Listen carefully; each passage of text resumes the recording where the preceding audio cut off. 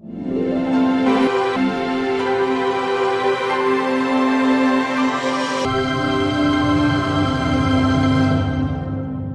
Morning, good evening to all of you wherever you are. आज के इस video में मैं बात करने वाला हूँ यूज़र स्टोरीज़ के बारे में। आज का एजेंडा होगा यूज़र स्टोरीज़ क्या होती हैं, यूज़र स्टोरीज़ का फॉर्मेट क्या होता है, और एक एग्जाम्पल लूँगा जिसमें मैं बताऊँगा कि यूज़र स्टोरीज़ कैसे आइडेंटिफाई करते हैं और कैसे लिखते हैं। Let's get started. सबसे पहले यूज़र स्टोरीज़ क्या होती है। यूज़र स्टोरीज़ एक फॉर्मेट है, एक टेक्सचुअल फॉर्मेट है, ना कि एक विजुअल फॉर्मेट है रिक्वायरमेंट्स को रिप्रेजेंट करने का।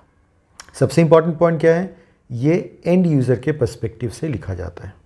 दूसरी इंपॉर्टेंट बात, ये अर्ली स्टेज में जब सॉफ्टवेयर प्रोजेक्ट स्टार्ट हो रहा है तब यूज़र स्टोरी यूज़ करते हैं रिक्वायरमेंट्स कैप्चर करने के लिए। ये डिटेल्ड फॉर्मेट नहीं है रिक्वायरमेंट्स कैप्चर करने का। सबसे पहले देखते हैं यूज़र स्टोरी का फॉर्मेट क्या होता है। इसमें 3 चीज़ें होती हैं। पहला रोल होता है, दूसरा वो रोल क्या कर रहा है, और तीसरा वो रोल इस काम को क्यों कर रहा है। Who, what and why. अब अगर हम फॉर्मेट के फॉर्म में देखें, as a user role I want to do something so that I can achieve some goal. अब आप इसमें देखेंगे सबसे पहली चीज़ जो आ रही है वो यूज़र का पर्सपेक्टिव आ रहा है।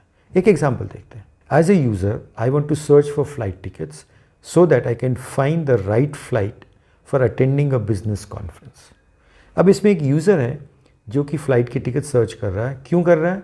क्योंकि उसे टिकट बुक करनी है बिजनेस कॉन्फ्रेंस अटेंड करने के लिए। तो पहले वो सर्च करेगा तभी वो बुक करेगा। तो ये एक फॉर्मेट है यूज़र स्टोरी लिखने का।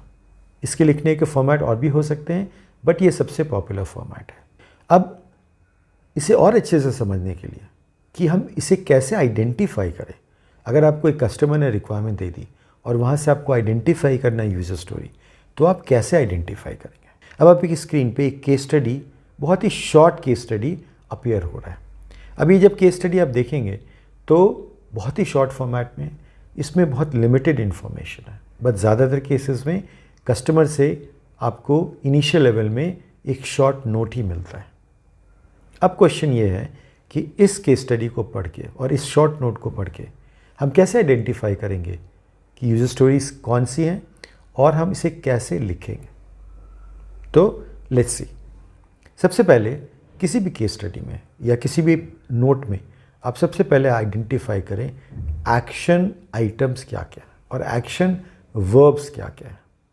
फॉर एग्ज़ाम्पल इसमें अगर आप देखेंगे और थर्ड सेंटेंस पे जाएंगे तो आप स्टार्ट करेंगे देखना, the propose system will help the company manage its products, manage its customer orders, manage payments, manage employees and manage the vendors. अब ये सारे के सारे हमारे कैंडिडेट्स हैं फंक्शनैलिटी के फॉर्म में कि ये चीज़ें इस सिस्टम में होने वाली है। तो यूज़र स्टोरी लिखने के पहले सबसे पहला काम करते हैं, हम इन फंक्शनैलिटीज़ को आइडेंटिफाई कर लेते हैं।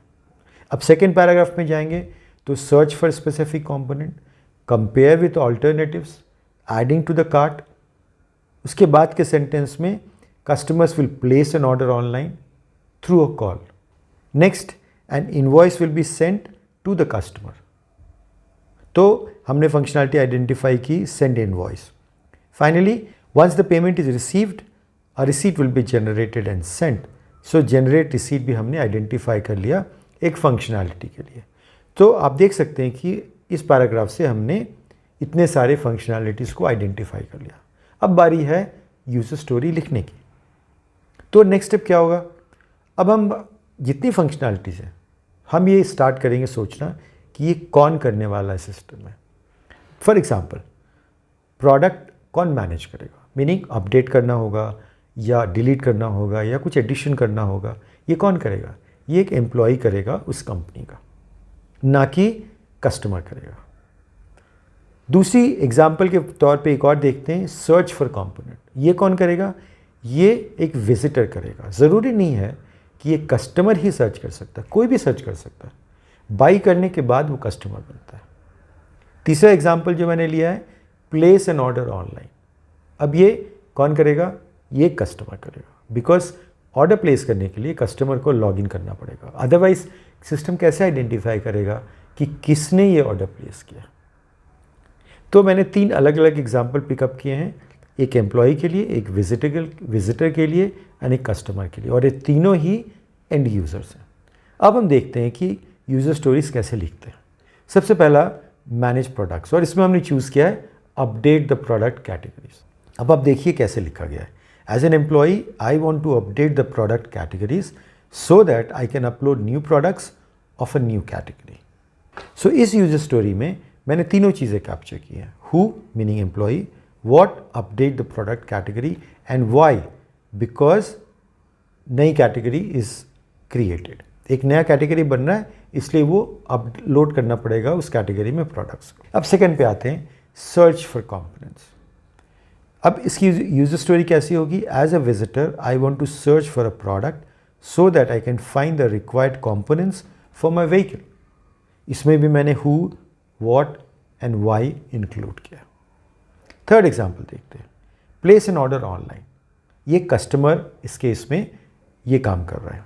सो एज ए कस्टमर आप देख रहे हैं कि एज ए में ये चेंज होता जा रहा है, जिसने ये काम करना है और जिसने ये काम उस सिस्टम में करना है। As a customer I want to place an order so that I can get the required components for my vehicle. इसमें भी मैंने who, what and why include किया है। सो आप देख सकते हैं एक सिंपल से पैराग्राफ, 2-3 पैराग्राफ की रिक्वायरमेंट्स है।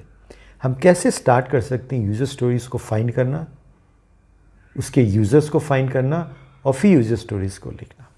इस तरीके से आप किसी भी सिस्टम, चाहे कितना भी कॉम्प्लेक्स हो और कितना भी सिंपल सिस्टम हो, आप यूज़र स्टोरीज़ को लिख सकते हैं। अगले वीडियो में मैं बात करूंगा कि कैसे हम डिफ्रेंशिएट करें कि कौन से यूज़र स्टोरी करेक्ट लिखा हुआ है और कौन सा यूज़र स्टोरी इनकरेक्ट लिखा हुआ है। आई होप आपको ये वीडियो पसंद आया होगा और इससे आपके कुछ नॉलेज में बढ़ोतरी हुई होगी। So please subscribe to my channel and also like this video. Thank you so much and wish you all the best.